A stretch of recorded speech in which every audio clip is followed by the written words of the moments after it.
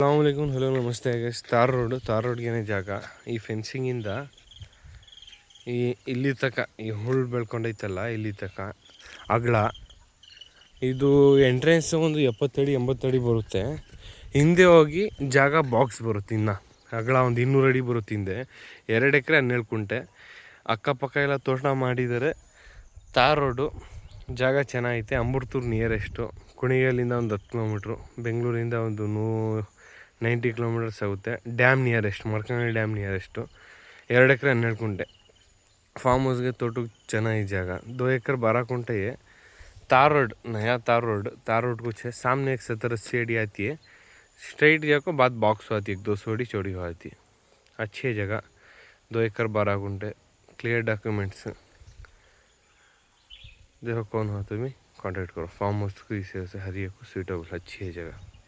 तार road point, 2 एकड़ 12 कुंटे.